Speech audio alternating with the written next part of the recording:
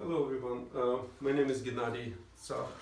I'm with Absolute Mechanical, and that's the brand new system we're starting up today, which we built from the scratch. There was nothing here when we came. So the main components of the system is the boiler. Understand it's a Viessmann Vitodens, and then also a Viessmann stainless steel indirect water heater. So it's a tank with the coil inside, and this tank is heated by the boiler. That's the pump which sends the hot water from the boiler into the coil to the tank to heat up domestic hot water. And that's a expansion tank for the indirect water heater. So what the expansion tank does, when the water temperature stored in the tank goes up, the water expands. So this tank absorbs the expansion of the water, in potable water in the tank. Another important element, this is the separator. It's a low loss header. Basically, it's a metal square bottle, whatever, and the pump takes the hot water from this low loss header and circulates it through the low loss header. And the boiler has its own boiler pump. It's right here, and this pump circulates the hot water from the boiler through the low loss header as well. Okay, so this is the hot water coming out, this is colder water coming back, and what's going on right here is a mixing of the boiler water and the water sent to the tank. Also, we have here a sensor. It's called the low loss header sensor, which measures the temperature of the water going to the tank. Why do we need the low loss header? The answer is pretty simple. It has a few functions. Function number one is that it separates the loop for the boiler and loop for the tank, and also the heating system, which I'm going to discuss in a few minutes. The pumping characteristics of the pump working for the boiler is very different than the pump serving the coil for the domestic hot water tank.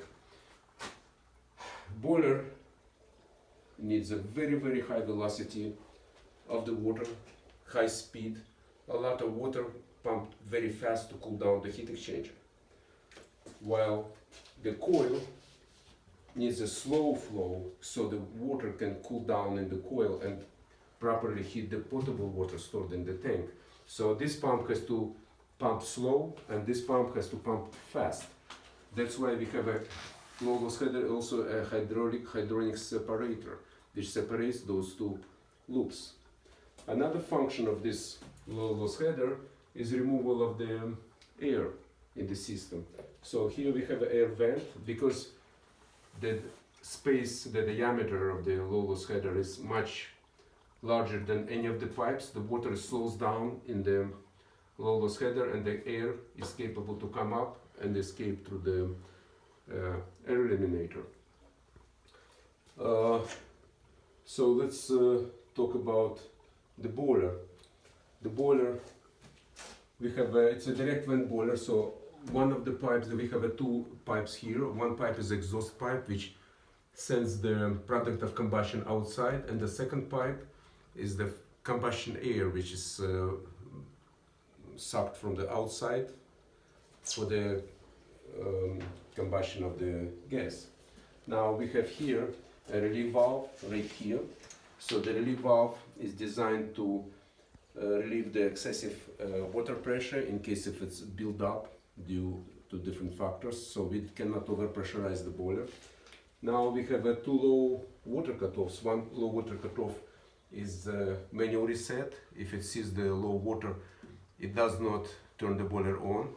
It just stays off, and you have to come and press the button. And the second low water cutoff is automatic reset low water cutoff. Also, we have here air vent, which prevents build-up of the air in this pipe and the faulty triggering low water cutoffs in the situations when there is no actual low water, but because of the air accumulated here. So we need the air vent right here. Both low water cutoffs have to be at least 6 inches above the top of the heat exchanger, which they are. This is the expansion tank for the heating system. Does the same function if the heating system water gets heated and it expands because it's a thermal expansion of the water. This tank absorbs thermal expansion of the water. And also we have a feed line here. It's automatic feeder which is set to maintain working pressure in the system. So if for some reason the pressure of the water in the system drops down, the feeder opens up and fills the boiler to the proper level. So that's a boiler tank, and now we're going to talk about the heating system. Heating system is getting supply from the low loss header also, and this is the return of the heating system, and they're mixing up the same way as the water for the tank. What we have here, we have a variable speed pump which works on the temperature difference between supply and return. So we have a supply sensor and we have a return sensor. The pump is set for 30-degree differential, which is designed. Why I set it so high is because I want the water to move through the system very slow. This is the original gravity circulation system. There was 100 years ago, there was a coal boiler here with no pump. So the water was circulating due to the natural gravity. And I want to imitate that. So this pump pumps a very slow rate, maintaining the temperature difference of 30 degrees. And basically it imitates the original design of the system.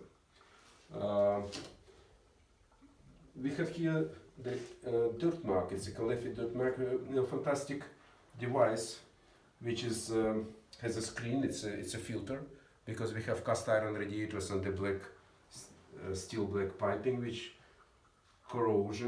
has a corrosion, and not only it filters the corrosion, but also when it has a magnetic catcher here. This is the magnet, so you can remove it and flush it through the bottom valve once in a while, so all the impurities gets flushed.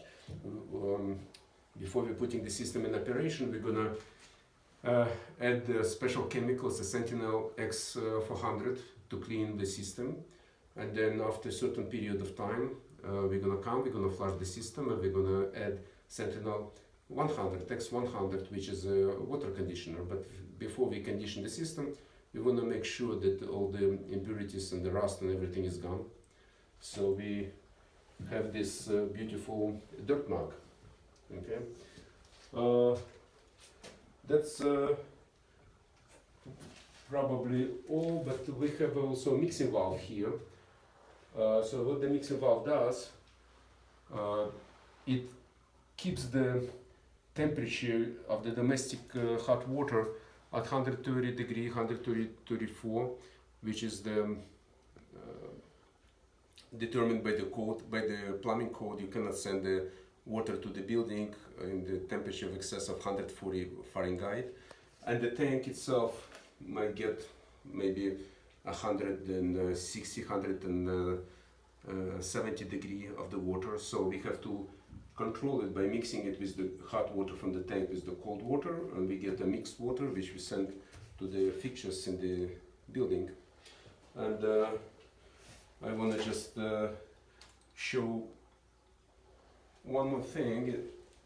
I always see those expansion tanks just mounted on the piece of pipe upside down and stuff like that. Any expansion tank must have a shuttle valve and must have a drain valve.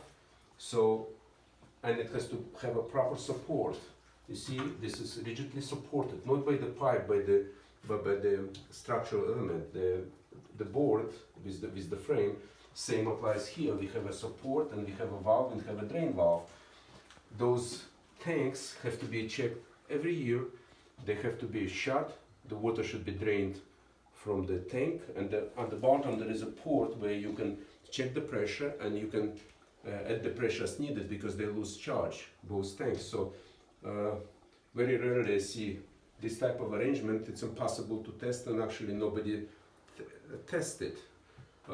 What happens is, let's say, heating tank. Heating tank has to be pumped. Has to be charged to the pressure equal to the pressure of the setting of the pressure regulator. So they have to be at the same level. So this pressure regulator is set to 33 psi. So we have to pump this tank to 33 psi. If the street pressure is 55 or 45 psi, we have to charge this tank to 55 psi. Very important to have a switches which enable you to turn off the pumps, and we have to have a valves in order of the repair or whatever. We don't have to drain the whole system. We can just shut the area of the pump and they just work on the pump without draining the whole system. And that's concludes a short review of our installation.